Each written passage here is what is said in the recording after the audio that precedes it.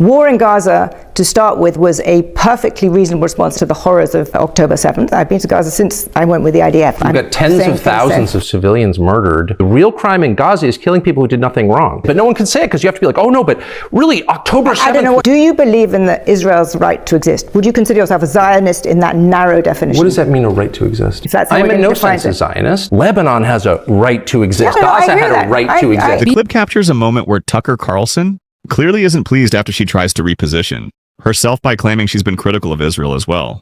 But in this podcast setting, that shift doesn't hold up under pressure. Despite presenting herself one way, her stance gets challenged immediately. Carlson doesn't let the claim slide. He pushes back right away, and the tension becomes visible. Her expression alone gives away the shift in the moment, like she realizes the dynamic has changed.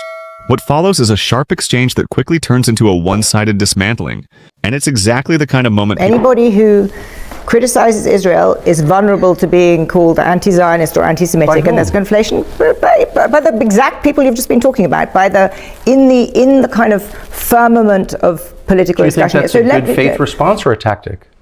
I'm about to ask you that question. Clearly, I think you and I agree. We have both been critical of the Israeli government. I just want to kind of clarify terms a bit here. Well, I've really been critical of the Israeli government. I've been plenty critical of the Israeli government. I've told you at the beginning that we were against this war. What do you think of Gaza? What do I think of Gaza? Yeah. I think the war in Gaza, to start with, was a perfectly reasonable response in response to the horrors of October 7th. I think now the places, I mean, I've been there. Have you been to Gaza? I've been to Gaza since the war started. They would not let me into Gaza. Trust me, very few journalists get into Gaza. Yeah, no, I went with the IDF. It's the only way that you can go in, but nonetheless you go in and you see a flattened place. I think it is a disaster for the future of Israel, a disaster for the Palestinian people, a horror, 70,000 people dead. Why would you describe it first as a disaster for the future of Israel? You've got tens of thousands of civilians murdered, but it's foremost a disaster for the future of Israel? No, it's foremost a disaster for the families of the dead kids. Absolutely. I made 3 points. Because everybody sucks up to Israel in this way that suggests they're afraid. And everyone is afraid, and you know that. Everyone's like, the real problem is calling people anti-Semites allows real anti-Semites to flourish. It's like, no, actually the real problem with calling people anti-Semites who aren't is accusing the innocent of a crime they didn't commit. And the real crime in Gaza is killing people who did nothing wrong. So those are the real problems, I would say. But no one can say it because you have to be like, oh no, but really, October 7th I don't know what you're talking about, Carlson. We're having a... Everyone watching this knows what I'm talking about.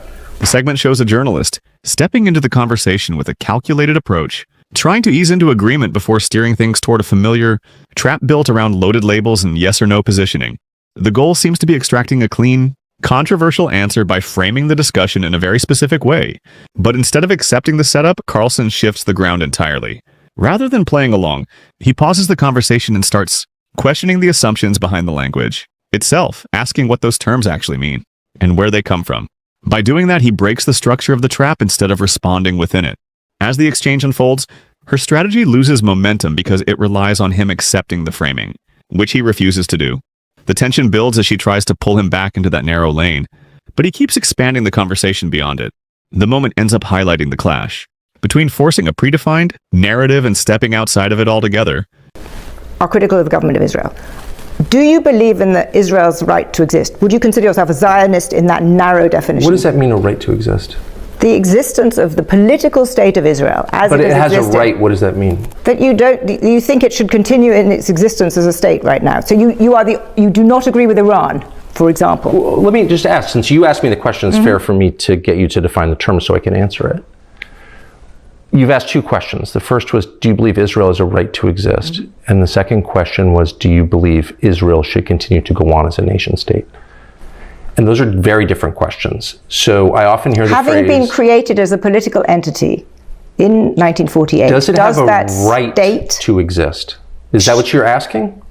I don't want to get hung up on the right. No. Should it continue to exist? That's how I define narrowly designed. Because the phrase you used was devised by the Israeli government, of course. Does it have a right to exist? And so my question to you would be, what does that mean? Why don't you answer my question? It's a very simple question. I don't know what your question is. So you're in no sense a Zionist, if that's how I'm in no sense a Zionist. I don't even know what that means. Why don't you define the term, and then I'll tell you whether I am. I've just defined it. And you said that a Zionist in my narrow term this definition is that the state of Israel, the political state of Israel, has the right to continue existing. The right? Where does that right come from? What do you mean? These are like, I'm not being a lawyer about it. I just want to know what you're asking me. To answer the question.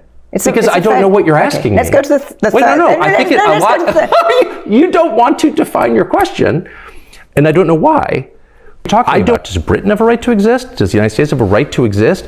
There was a world order built up after 1945 which suggested that aggression should not be condoned into countries. Now that countries with borders have the right to intervene. I totally agree with that. Okay.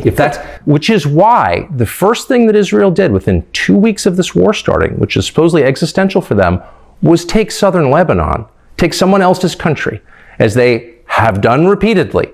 And no one even mentions that. And so I guess I would be opposed to that, because I think Lebanon has a right to exist. I thought Gaza had a right to exist. But I noticed that as soon as we started portioning rights, only one country gets them. No, I did not say that. You're absolutely putting words into my mouth. I believe, here's what I do believe, since you asked. I believe in universally applicable standards. I believe in human rights, not ethnic rights. I don't think Jews have more rights or less rights than anyone else. I don't think Christians have more rights or less rights. Blacks, Filipinos. I believe in human rights. What stands out in that moment is how casually the conflict is framed as justified, almost as if the scale of destruction is secondary. Carlson interrupts that framing immediately, rejecting it outright and recentering the discussion on the human cost rather than political justification. When she tries to steer the conversation back towards strategic consequences and national interests, he shifts it again, bringing attention to the civilians affected, especially the families who've lost children. That contrast exposes a gap between viewing the situation through policy and optics versus confronting the reality on the ground. Then the exchange moves into the language around national rights and borders. Instead of accepting the premise, he broadens it, questioning why those principles seem selectively applied. By doing that, he highlights an inconsistency in how these arguments are used, turning the focus from defending a position to examining the logic behind it.